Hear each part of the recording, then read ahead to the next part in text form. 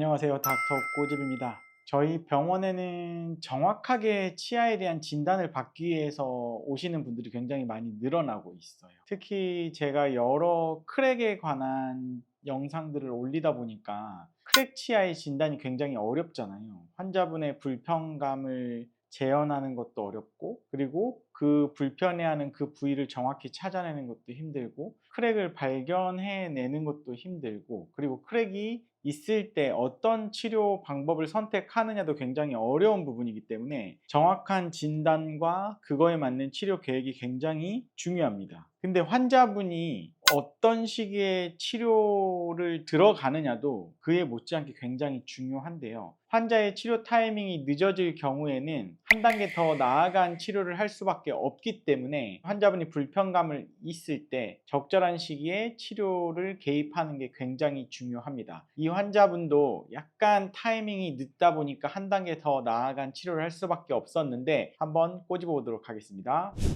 네, 이 환자분이 이제 어금니가 시리고 씹을 때 지끈거리는 통증이 있어요 라고 하셨는데, 이 시리다는 게 보통 사람들이 이제 시리다는 말을 하는데, 이게 제가 이제 치과를 오랫동안 경험을 해 보니까 씹을 때 시큰거리다와 찬 거에 시리다는 저희가 진단할 때 어떻게 보면은 조금 동일하게 볼 수 없는 건데, 환자분들은 이 시리다는 표현으로 이 두 가지를 같이 표현을 하시더라고요. 그래서 저는 이제 환자분들이 시리다라고 이제 오시면 이게 씹을 때 시큰하다는 말씀이신가요? 아니면 찬 거에 불편하다, 찬 거에 시린 거를 말씀하시는 건가요? 꼭 말씀을 드리고 환자분이 정확하게 어떤 게 시린 건지를 여쭤보는 편이고, 그래서 이 시리다라는 게 굉장히 환자분들이 일반적으로 중의적으로 쓴다는 거를 좀 알 수가 있어서 이거를 정확하게 여쭤보고 히스토리 테이킹을 하는 게 중요할 것 같고, 이제 씹을 때 지끈거리는 통증이 있어서 이제 오셨어요. 오른쪽 어금니가 씹을 때 시큰거리고 지끈거리는 증상이 있어요. 음식을 씹을 때 아프다. 근데 정확하게 어떤 치아가 불편한지 모르겠어요. 심지어 어떤 분은 위인지 아래인지도 구분이 안 되고요. 이 치아가 여러 개 있으니까 어떤 치아가 불편한지도 구분이 안 돼요. 더군다나 엑스레이가 깨끗하기 때문에 진단이 이제 어려워집니다. 그래서 치과를 가게 되면 보기에 너무 깨끗하기 때문에 진단이 안 되니까 치료가 안 되는데, 이제 그러면서 적절한 타이밍을 잃어버리는 거예요.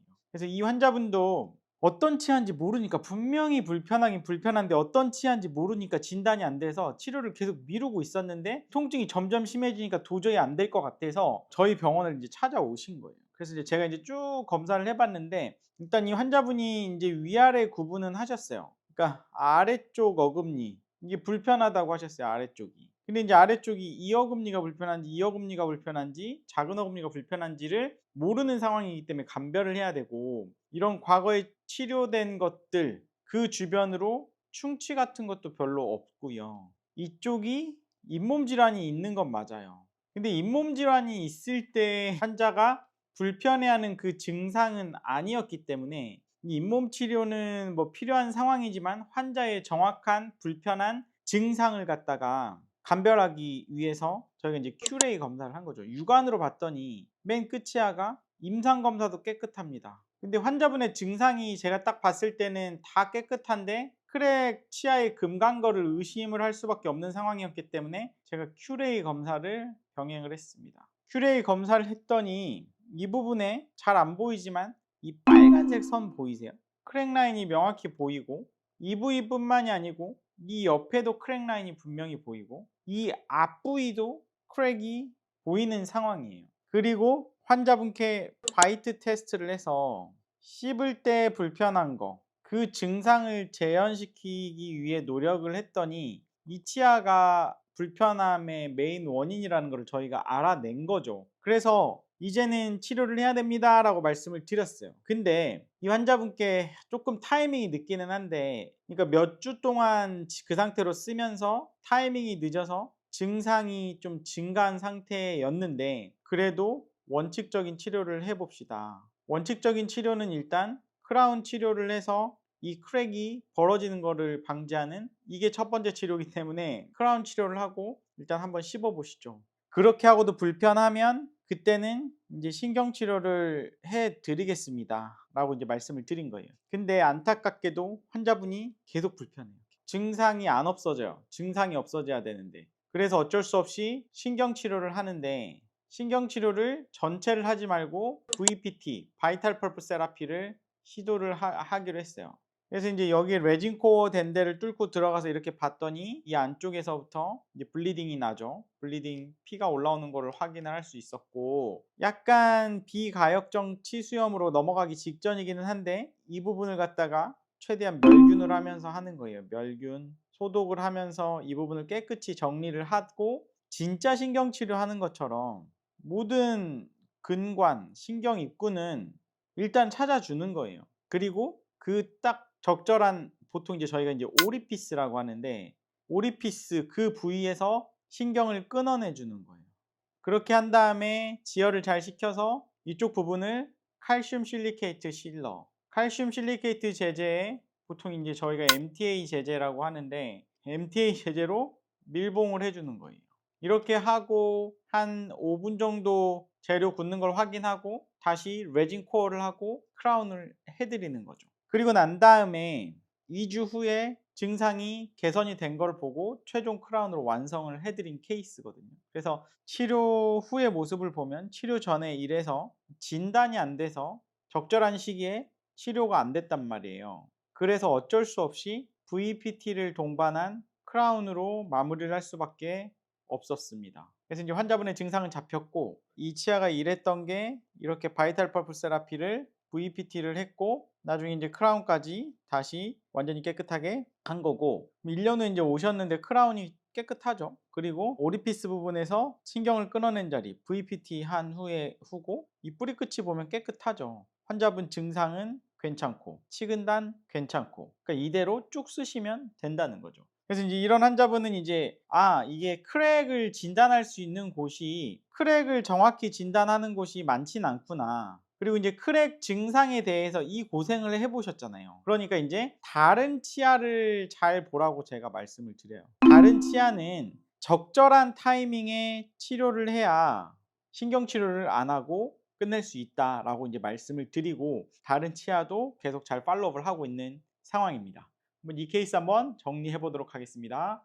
네, 이번 케이스 한번 정리해 보도록 하겠습니다. 우리 인생에서 타이밍은 굉장히 중요하죠.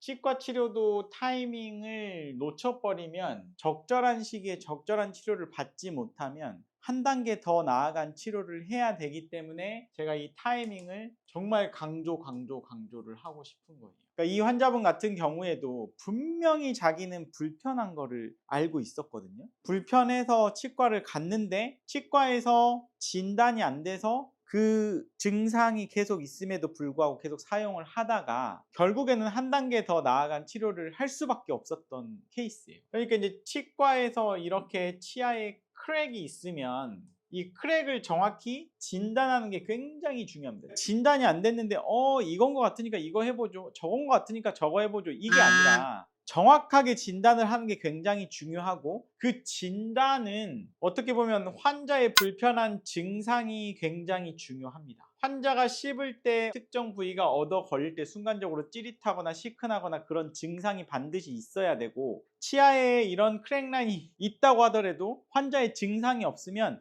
일단은 손을 안 대야 돼요. 손을 안 대고 지켜보는 거예요. 그리고 환자분들한테 너무 딱딱하고 질긴 건 조금 피하시고 치아를 아껴 쓰십시오 라고 말씀을 드리고, 이갈이가 있다던가 평상시에 꽉 깨무는 클렌칭 습관이 있으면 그런 습관 같은 거를 보호장치를 통해서 좀 치아를 보호하는 거를 먼저 하시면 좋고요. 근데 환자의 증상이 생겨버렸어요. 그러면 치과에서는 반드시 그 증상을 재현을 시키도록 노력을 해야 됩니다. 씹을 때 불편한 거기 때문에 이것저것 다 쉽게 해서 그 증상을 찾아내려고 하는 거고, 그리고 장비, 큐레이라는 특수한 장비를 이용해서 크랙 라인이 선명하게 보이는 곳과 증상 재현이 되는 그 부분의 치아가 일치하는 게 굉장히 중요해요. 일치하면은 진단이 되기 때문에 치료가 가능합니다. 치료가. 근데 타이밍을 놓쳐버리면 한 단계 더 나아가는 거를 하는, 예를 들어서 크랙 증상이 있는데 아직은 잘 모르겠어요. 근데 그 부위에 크랙이 있는데 증상 재현이 잘 안 돼요. 그러면 환자분한테 교합 조정을 살짝 해보고 반드시 이 증상이 명확해질 때 진단을 할 수 있을 때까지 좀 기다려 봅시다 라고 말씀을 드려요. 그런데 환자의 증상이 명확히 재현이 되고 아까 말씀드린 것처럼 일치를 한다 그러면 환자분은 치아는 크라운만 치료를 하고 끝내는 거예요. 크라운을 씌워서 이 부분을 갖다가 삥 둘러서 크라운을 씌우는 작업을 통해서 이 크랙이 특정 부위 씹을 때 벌어지는 거를 막을 수 있는 거예요. 이런 부분의 특정 부위에 어떤 조그만한 음식물이 걸렸을 때 그 부위가 뭔가 벌어지는 그거를 잡을 수 있는 건 크라운이거든요. 크라운 치료로 끝내는 게 베스트라는 거죠. 타이밍이 맞다면. 근데 이 환자분 같이 그 증상이 많이 심해졌으면 이 크랙이 조금 더 신경 있는 곳까지 인발부가 됐을 가능성이 있는 거예요. 그래서 신경 있는 데까지 인발부가 됐다 그러면 그때는 이제 신경 치료를 고려를 하는데 VPT까지만 하자. 바이탈 펄프 세라피까지 일부의 신경만 걷어내자. 근데 이미 신경이 괴사가 됐거나 VPT 했어도 증상이 안 잡히면 그때는 어쩔 수 없이 신경치료를 할 수밖에 없죠. 근데 그것도 타이밍이 늦으면 결국엔 그 치아는 발치를 할 수밖에 없는 거예요. 그래서 제가 강조하고 싶은 건 이쪽으로 갈수록 타이밍이 늦어서 타이밍이 늦게 치료한 죄예요. 한 단계 더 나아간 치료를 하는 거는. 중요한 거는 치과 치료의 적절한 타이밍을 반드시 잡으셔야 본인의 치아를 좀 더 오래 쓰고 최소한의 치료만 할 수가 있다는 걸 아셨으면 좋겠습니다. 이 영상이 도움이 되셨다고 하시면 치과 1타 닥터코즈 좋아요, 구독 꼭 요청드리고요. 질문사항은 댓글로 남겨주시면 저희가 마이덴TV에서 답변을 해드리고 있습니다. 마이덴TV도 좋아요, 구독 꼭 요청드립니다. 감사합니다.